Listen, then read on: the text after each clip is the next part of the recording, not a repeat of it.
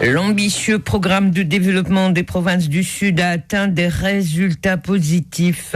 C'est réjoui Sa Majesté le roi Mohammed VI, appelant à ce que cette dynamique de développement explore de nouvelles possibilités et de nouveaux horizons, notamment dans les secteurs porteurs de l'économie bleue et des énergies renouvelables. Ce projet s'inscrit dans le cadre de l'approche du Royaume pour la défense de la marocanité du Sahara, qui procède d'une vision intégrée joignant à l'action politique et diplomatique la promotion du développement socio-économique et humain de la région, a souligné Sa Majesté le roi Mohammed VI dans le discours adressé hier soir à la nation à l'occasion du 47e anniversaire de la glorieuse marche verte, dotée d'une enveloppe budgétaire de plus de 77 milliards de dirhams. Ce programme de développement intégré, dont le souverain a présidé la signature à Laayoune en novembre 2015 et à Dakhla en février 2016, est conçu pour initier une véritable dynamique économique et sociale dans la région et a pour vocation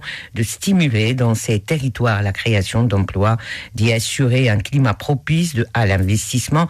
et de les pourvoir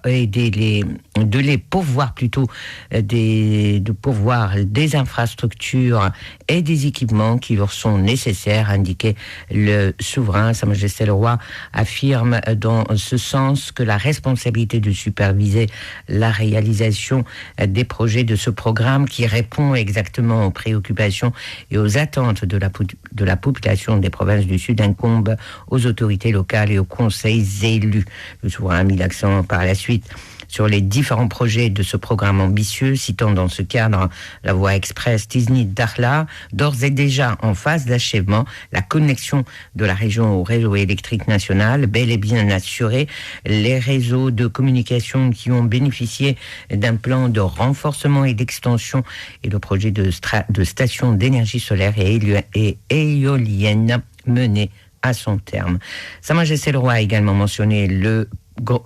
projet du grand port Dakhla Atlantique, dont les travaux de construction démarreront prochainement après la finalisation des études et des formalités administratives. Dans les domaines économiques principaux catalyseurs du développement, Sa Majesté le roi souligne qu'un ensemble de projets ont été menés à bien dans le cadre de la filière de mise en valeur et de transformation des produits halieutiques, et qu'ainsi des milliers d'emplois ont été créés et proposés aux habitants de la région. S'agissant du domaine agricole, plus de 6000 hectares aménagés à Dakhla et à Boujdour ont été mis à la disposition de jeunes agriculteurs de la région, rappelle le souverain, ajoutant que la plupart des projets prévus dans les filières du phosphate, de l'eau et de l'assainissement affichent des taux de réalisation avancés. Sa Majesté le roi Mohammed VI affirme en outre qu'en matière sociale et culturelle, plusieurs acquis ont été enregistrés dans les domaines de la santé, de l'éducation et de la formation, et que les initiatives d'auto-emploi et la promotion de la langue et de la culture hassani, inscrites au cœur de l'identité nationale unifiée, ont été soutenues.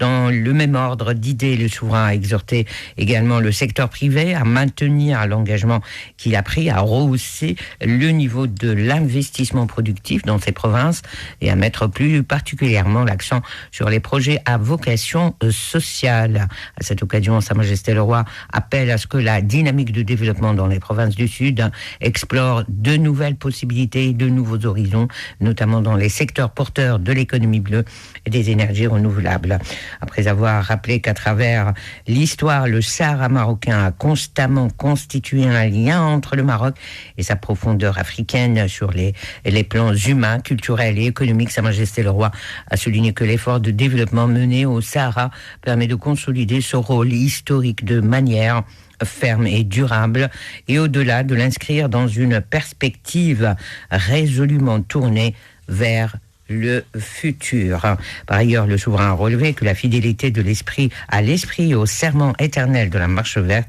exige que tous les Marocains restent mobilisés et vigilants afin de défendre l'unité nationale de leur pays, de favoriser son plein essor et de renforcer son attachement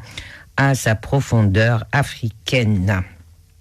Nous adressons également l'expression de notre considération à nos forces armées royales, à la Sûreté nationale, à la Gendarmerie royale, à l'administration territoriale, aux forces auxiliaires et à la protection civile pour leur dévouement et leur abnégation à défendre sous notre commandement l'intégrité territoriale du pays, à préserver sa sécurité et sa stabilité, a conclu le souverain dans son discours adressé hier soir à la nation à l'occasion du 47e anniversaire de la glorieuse Marche verte. Et puis, direction l'Égypte, où les dirigeants du monde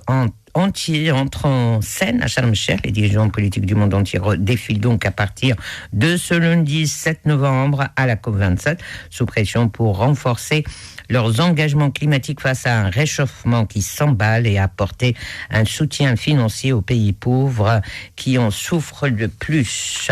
Merci d'avoir